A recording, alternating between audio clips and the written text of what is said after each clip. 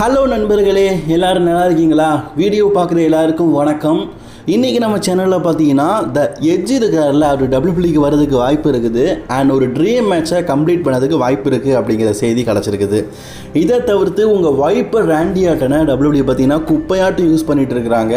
எப்போ தான் அவருக்கான வாய்ப்பை கொடுப்பாங்க?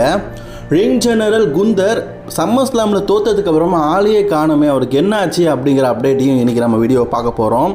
மறக்காமல் முதலாக ரெஸ்லிங் கிங்குக்கு வந்திருக்க நண்பர்கள் சப்ஸ்கிரைப் பண்ணிக்கோங்க. பெல் ஐக்கானை கிளிக் பண்ண மூலிமா தினமும் ஒரு ரெஸ்லிங் செய்திகளை தமிழ் மொழியில் தெரிஞ்சுக்கோங்க. ஃபர்ஸ்ட் நம்ம ரிங் ஜெனரல் குந்தரை பற்றி தான் பார்க்க போகிறோம். ரிங் ஜெனரல் குந்தர் பார்த்தீங்கன்னா சம்மர் ஸ்லாமில் சிஎம் பாங்கு கிட்ட தோற்றதுக்கு அப்புறமா டபிள்யூபிள்யூ பக்கமே வரல. ஆக்சுவலி அதுக்கான உண்மை காரணம் என்னன்னு கேட்டிங்கன்னா, ரிங் ஜெனரல் குந்தருக்கு ஒரு சில இன்ஜுரிகள் இருந்தது. ஆனால் அந்த இன்ஜுரினால் அவருக்கு சர்ஜரி பண்ணணும் அப்படிங்கிற நிலைமை உண்டான்னு கேட்டிங்கன்னா கிடையாது. அவருக்கு ஒரு சில தினங்கள் ரெஸ்ட் எடுத்தால் போதும் அப்படிங்கிற அவ்வளோதான் இன்ஜுரி இருந்தது. ஸோ டபிள்யூடியும் பார்த்தீங்கன்னா இப்போதைக்கு குந்தருக்கு பெரிய லெவலில் ஸ்டோரி எதுவுமே இல்லை. ஏன்னா செத்ரான்ஸ்ட்டு தான் இப்போ ஹெவி வெயிட் சாம்பியன்ஷிப் இருக்குது. அதை நோக்கி சிஎம் பாங்கிலேருந்து பல பேர் மோதிக்கிட்டு இருக்காங்க. ஸோ ரிங் ஜெனரல் குந்தர் இப்போ ரிட்டர்ன் ஆக வேண்டாம் அப்படிங்கிறதுனால அவருடைய சொந்த நாட்டுக்கு போய் இப்போ அவர் கொஞ்சம் ரெஸ்ட் எடுத்துகிட்டு ஜாலியாக இருக்கார். இப்போ நமக்கு கிடச்சிருக்க செய்தியின்படி டபிள்யூடியூ பார்த்தீங்கன்னா குந்தருடைய ரிட்டர்னுக்கு தயாராக தான் இருக்கிறாங்களாம். குந்தருக்கு நியூ ஸ்டோரியை டெவலப் பண்ணிட்டு இருக்கிறாங்க. குந்தரை பொறுத்த வரைக்கும் ஒரு ஹீல் கேரக்டராக நம்ம எல்லாருக்குமே பிடிச்ச ஒரு ரெஸ்லராக இருந்தார். ஹீல் கேரக்டராக எல்லாருக்குமே பிடிச்ச ரெஸ்லராக இருந்தார். ஆனால் இந்த தடவை டபிள்யூபிள்யூ பார்த்தீங்கன்னா அவரை கூட்டிகிட்டு வரும்போது ஒரு ஹீல் கேரக்டர் இல்லாமல் ஒரு பேபி ஃபேஸ் ரெஸ்லராக கூட்டி வரதுக்கு வாய்ப்பு இருக்குது அப்படிங்கிற மாதிரி செய்தி கிடச்சிருக்குது. உண்மையிலேயே கைஸ் அப்படி ஒன்று நடந்ததுன்னா நல்லாயிருக்கும். ஏன்னா குந்தரை நம்ம இது வரைக்கும் ஒரு ஹீல் கேரக்டரை மட்டுமே பார்த்துட்டு இருக்கோம், ஃபேஸ் கேரக்டராக பார்க்கல. அப்படி ஃபேஸ் கேரக்டராக மாறினா கோடி ரோட்ஸ்லேருந்து பல பேர் கூட மோதலாம். ஆனால் டபிள்யூபிள்யூ அதை பண்ணுறாங்களா அப்படிங்கிறதா ஒரு மிகப்பெரிய கேள்விக்குறியாக இருக்குது. ஏன்னா குந்தரை பொறுத்த வரைக்கும் இப்போதைக்கு பார்த்தீங்கன்னா அவர் வந்து ஃபேஸ் டர்ன் கேரக்டர் பண்ணால் அவருக்கு செட் ஆகுமா அப்படிங்கிற கேள்விக்குறியும், குந்தரை இதுக்கப்புறமா சாம்பியன்ஷிப்புக்காக தான் மோத வைப்பாங்களா அப்படிங்கிற கேள்விக்குறி இருக்குது. அண்ட் கைஸ் குந்தரை பற்றி நமக்கு இன்னொரு செய்தி என்ன கிடச்சிருக்குன்னா, டபிள்யூபிள்யூ பார்த்தீங்கன்னா இந்த அக்டோபர் மாதம் பெர்த்தில் க்ரௌன் ஜுவல் நடத்துகிறாங்கல்ல, அதே நேரத்தில் பார்த்தீங்கன்னா அங்கே சூப்பர் ஷோ அப்படின்னு சொல்லிட்டு ஒரு லைவ் ஷோ நடத்துகிறாங்க. அந்த லைவ் ஷோவில் குந்தருடைய போஸ்டரை போட்டு குந்தரும் உங்கள் நகரத்துக்கு வராரு அப்படிங்கிற மாதிரி அஃபீஷியலி டபிள்யூபிள்யூ அட்வர்டைஸ் பண்ணியிருக்காங்க. அதாவது டபிள்யூபிள்யூ பார்த்தீங்கன்னா ஒரு அட்வர்டைஸ் பண்ணியிருக்காங்க. அதுவும் இன்டர்நேஷ்னல் ஷோவில் ஒருத்தர் அட்வர்டைஸ் பண்ணி இவர் வாராரு அப்படின்னு அட்வர்டைஸ் பண்ணியிருக்கிறாங்கன்னா கண்டிப்பாக அந்த ரெஸ்லர் பார்த்தீங்கன்னா அந்த நாட்டில் இருப்பார். ஸோ அப்படி பார்த்தா ரிங் ஜெனரல் குந்தர் பார்த்தீங்கன்னா ஆஸ்திரேலியா நாட்டுக்கு வரதுக்கு வாய்ப்பு இருக்குது. ஸோ குந்தரோட ரிட்டனை நம்ம நெக்ஸ்ட் மந்த் எதிர்பார்க்கலாம். ஸோ அதுக்குள்ளே டபிள்யூபிள்யூ பார்த்தீங்கன்னா 2 பேப்பர் நடத்தி முடிச்சிருவாங்க. அதில் குறிப்பாக நம்ம சொல்லணும்னு கேட்டிங்கன்னா ரசல் பிளாஸா பேப்பரியூ and Saturday night main event.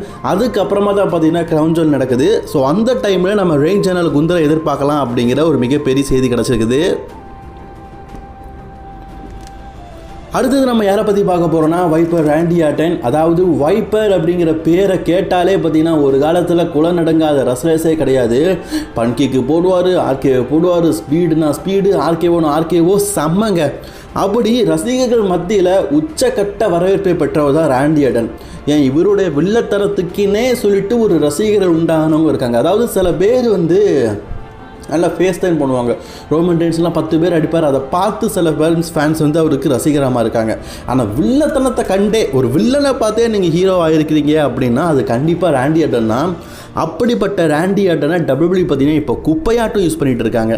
குப்பைன்னு சொல்கிறதுக்கு முன்னாடி அதை விட ரொம்ப மோசமாக யூஸ் பண்ணிகிட்டு இருக்காங்க. அதாவது ராண்டி ஆர்டனை எங்களுக்கு யூஸ் பண்ண தெரியல அப்படிங்கிறது யூஸ் பண்ணிகிட்டு இருக்காங்க. ஆக்சுவலி டபிள்யூபிள்யூ பார்த்தீங்கன்னா இப்போதைக்கு பெரிய பெரிய சூப்பர் ஸ்டாராக இருக்கட்டும், டாப் ரெஸ்லராக இருக்கட்டும், எல்லாருக்குமே ஒரு சான்ஸ் கொடுக்குறாங்க, வாய்ப்பை கொடுக்குறாங்க. ஆனால் ராண்டி ஆர்டனை மட்டும் சும்மா வச்சுக்குவோம் அப்படின்னு சொல்லிட்டு வச்சுக்கிற மாதிரி இருக்குது. ஏன்னா அவர் ரிட்டர்ன் ஆனதுலேருந்து இது வரைக்கும் ஒரு ஒழுங்கான ஸ்டோரி, ஒரு நல்ல சாம்பியன்ஷிப் மெட்டீரியலாக காட்டியிருக்காங்களான்னு கேட்டிங்கன்னா கிடையவே கிடையாது. ஏதோ வச்சுக்குவோம் அப்படிங்கிற மாதிரி இருக்காங்க. ஏன் ராண்டி ஆர்டனை உங்களுக்கு யூஸ் பண்ண தெரியாதா? யூனிவர்சல் சாம்பியன்ஷிப்பை கோடி ரோட்ஸ் வச்சுருக்கும் போது அவருக்கு ஆப்போனன்ட் சரியாகவே இல்லை. ராண்டி ஆர்டனை மோட வச்சுருந்தா அவருடைய பழைய வில்லத்தனத்தை காட்டி ஒரு வில்லாதி வில்லனாக யூஸ் பண்ணியிருக்கலாம். நம்ம கெவின் ஓவன்ஸுக்கு அடுத்ததாக கோடி ரோட்ஸ் கூட ஒரு நல்ல பெஸ்ட்டு ஃபியூட் போன ஒரு ராண்டி ஆர்டன் அப்படிங்கிற பேர் கிடச்சிருக்கும். ஆனால் டபிள்யூபிள்யூ நீங்கள் யூஸ் பண்ணியிருக்கலா மாட்டிங்களே. ஏன்னா உங்களை பொறுத்த வரைக்கும் ராண்டி ஆர்டனை வச்சுக்கணும், சும்மா வச்சுக்கணும். ராண்டி ஆர்டன் எதுவும் கேட்க மாட்டார்ல. மற்ற ரெஸ்லர்ஸ்னால் கேட்பாங்களா, ஏன்னா இவர் வந்து டபிள்யூபிள்யூலே வளர்ந்து 14 தடவை ஹெவிவெயிட் சாம்பியன்ஷிப் வின் பண்ணவர். ஸோ டபிள்யூபிள்யூ எதுவும் கேட்க மாட்டார்ல, அதனால் டபிள்யூபிள்யூ பார்த்தீங்கன்னா இவரை சும்மாவே வச்சுக்கோன்னு சொல்லிட்டு இது நாள் வரைக்கும் சும்மாவே வச்சுருக்கிறாங்க. உண்மையிலேயே பாவங்க Randy Orton. Actually Randy Orton கூட ஒரு ஸ்டோரியில் நம்ம எப்படி எதிர்பார்த்தோம், இந்த king and queen of the ring நடத்தி அதோட முடிச்சிட்டாங்க. ஆக்சுவலி இந்த ஸ்டோரியெல்லாம் பங்கமாக பெரிய லெவலில் கொண்டு போகலாம், ஆனால் டபிள்யூபிள்யூக்கு இதை யூஸ் பண்ண தெரியல. அதாவது ஸ்டோரியை யூஸ் பண்ண தெரிலன்னு சொல்லலை, நான் ரேண்டி ஆர்டனை யூஸ் பண்ண தெரில. சரி இவருக்கெல்லாம் வாய்ப்பு கொடுப்பாங்களான்னு கேட்டால் கொடுப்பாங்க. எப்போ கொடுப்பாங்க தெரியுமா, நம்ம சான்ஸ்னால் வந்து ரிட்டையர்மெண்ட் ஆகும்போது கடைசியாக அந்த 1 வருஷம் இப்போ நல்லா காட்டுறாங்களா இந்த மாதிரி காட்டுவாங்க. உங்களுக்கு ஒன்று தெரியுமா, ஜான்சன் நம்ம கடந்த 10 வருஷமாக எப்படி, அதான் ரேண்டி ஆர்டனும் ஜான்சனும் ஒரு சேம் கண்டிஷன் தான். ஜான்சன் எப்போ ஃபுல் டைமில் இருந்து பார்ட் டைமாக மாறி டபிள்யூ வந்தாரோ அன்னையிலேருந்து தோல்வி தோல்வி தோல்வி தோல்வி தோல்விக்கு மேலே தோல்வி, தோல்வியோ தோல்வி, ஐயையோ தோல்வி, ஐயையோ தோல்வி, ஐயோ தோல்வி. வந்தவன் போனவன் வர்றவன் எல்லாரும் கிட்டையும் தோத்தாரு. Austin தெரிகிட்டலாம் தோத்தாருங்க, solo சிக்காட்டெல்லாம் தோத்தாருங்க. அப்படிப்பட்ட நிலைமைகளில் தான் இப்போ நம்ம ரேண்டி ஆர்டனும் இருக்கிறாரு. ரேண்டி ஆர்டன் ரிட்டையர்மெண்ட் ஆகிற டைமில் தான் ஒரு தடவை ஹெவிவெயிட் சாம்பியன்ஷிப்பை கொடுத்து 15 டைம் சாம்பியன் ஆக்குமே அப்படின்னு நினைக்காங்க போல இருக்குது. ஆக்சுவலி நாங்கள் கேட்குறது என்னதுன்னா, ரேண்டி ஆர்டன் நாங்கள் வந்து ஹெவிவெயிட் சாம்பியன் ஆக்கணும் அப்படின்னு எதிர்பார்க்கல, ஒரு நல்ல ஸ்டோரி கொடுத்தா போதும். இப்போ ட்ரூ மேக்கிண்டரும் இருக்கிறாரு, நல்ல ஸ்டோரியில் தானே டெவலப் ஆகிறாரு. அதே இதை ரேண்டி ஆர்டனுக்கு கொடுக்குறாங்களா? இல்லை, கொடுக்கல. அதுதான் உண்மையான விஷயம். ரேண்டி ஆர்டனுக்கு டபிள்யூபிள்யூ வந்து நல்ல ஸ்டோரியில் கொடுக்காமல் வச்சுருக்கிறாங்க. ஒருவேளை இந்த மனுஷன் பார்த்தீங்கன்னா நான் இந்த டபிள்யூபிள்யூ போகிறேன், இந்த டபிள்யூபிள்யூ வேண்டாம் அப்படின்னு முடிவு பண்ண வேணால் வாய்ப்பு கொடுப்பாங்களே தவிர்த்து இப்போ கொடுக்க மாட்டேங்காங்க.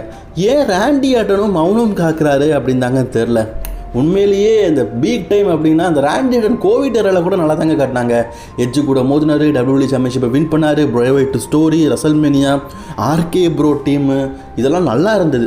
எப்போ அந்த ஆர்கே ப்ரோ விட்டுட்டு ஒரு 1.5 வருஷம் ரெஸ்ட் எடுத்துகிட்டு டபிள்யூபிள்யூ திருப்பி வந்தாரோ அப்போ தான் ரேண்டி ஆர்டனோட நேரம் வந்து சரியில்லை. அதாவது இந்த ட்ரிபிள் எச் வந்ததுக்கப்புறமா ரேண்டியெல்லாம் கோஹோன்னு கொடிகட்டி பரப்பாருன்னு நினச்சாங்க. ஏன்னா அவரோட பெஸ்ட்டு ஃப்ரெண்டு எவலோஷன் டீம்லாம் இருந்தார்.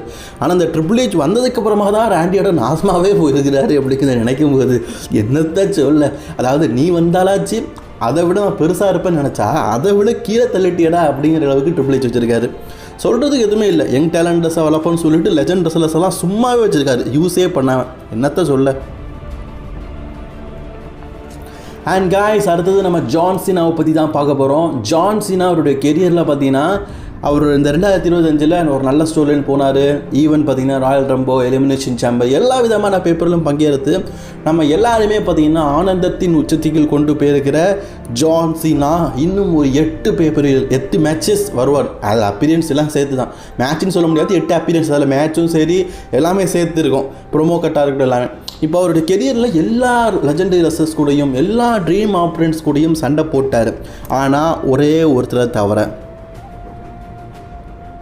எஸ் நான் யாரை சொல்கிறேன்னு உங்களுக்கு தெரிஞ்சிருக்கும், எட்ஜி தான். ஆக்சுவலி எட்ஜுக்கும் சரி ஜான்சனாக்கும் சரி டபிள்யூபிள்யூ தரப்புலேருந்து பார்த்திங்கன்னா ஒரு பெரிய ஸ்டோரி லைன் உண்டு. மக்கள் மத்தியில் அது ஒரு இன்ட்ரெஸ்டிங்கான ஸ்டோரி லைன் தான். ஆனால் டபிள்யூபிள்யூ பார்த்திங்கன்னா இதை ஏன் இப்போ நடத்த மாட்டேங்காங்கன்னா, எட்ஜு வந்து ஏஇடபிள்யூவில் இருக்கிறாரு, அதே ஒரு காரணம் தான். ஆனால் எட்ஜோடைய கான்ட்ராக்ட் நெக்ஸ்ட் மந்த் முடியுது, இன்னும் ஒரு கான்ட்ராக்ட் ரீசைனிங் பண்ணலை அப்படிங்கிற ஒரு பேச்சுவார்த்தை இருக்குது. ஒருவேளை எட்ஜு பார்த்திங்கன்னா ஏஇடபிள்யூ இருக்க மாட்டேன், ரீசைனிங் பண்ண மாட்டேன் அப்படின்னு சொல்லிட்டு ஏஇடபிள்யூ விட்டுட்டு வெளியே வந்துட்டார்னா டபிள்யூபிள்யூ பக்கம் வரலாம். டபிள்யூபிள்யூ பக்கம் வந்து எங்கள் ரசிகர்களுடைய பெரிய ட்ரீம் மேட்ச், அதாவது last one more time last அப்படின்னு சொல்லுவாங்கல்ல, லாஸ்ட் ஒன் மோர் டைம், அதே மாதிரி ஜான்சனாக்கும் எட்ஜுக்கும் ஒரு மேட்ச் நடக்கணும் அப்படிங்கிறது ரசிகர்கள் எங்களுடைய கோரிக்கை. ஸோ அதை நம்ம எட்ஜ் நிறைவேற்றுறதான்னு தெரில. டபிள்யூபிள்யூவில் ரிட்டையர்மெண்ட் ஆகிறேன்னு சொல்லிட்டு ஏடபிள்யூ போய் சண்டை போட்டவர் ஏடபிள்யூவில் ஏதாவது கோல்மால் பண்ணிவிட்டு நம்ம சிஎம் பாக் மாதிரி மற்ற ரசல்ஸ் மாதிரி டபிள்யூபிள்யூ பக்கம் வந்தாருன்னா நல்லாயிருக்கும். பேரை பார்த்தீங்களா, ஏடபிள்யூவில் கோப்பு, எட்ஜுங்கிற பேர் எப்படி இருக்குது, கோப்புங்கிற பேருங்க, ஏதோ கோப்பா அந்த லெவலில் வச்சுருக்காரு. சொல்கிறதுக்கு எதுவும் இல்லை, வெயிட் பண்ணி பார்ப்போம் கான்ட்ராக்ட் முடிஞ்ச பிறகு வராரா இல்லையான்னு.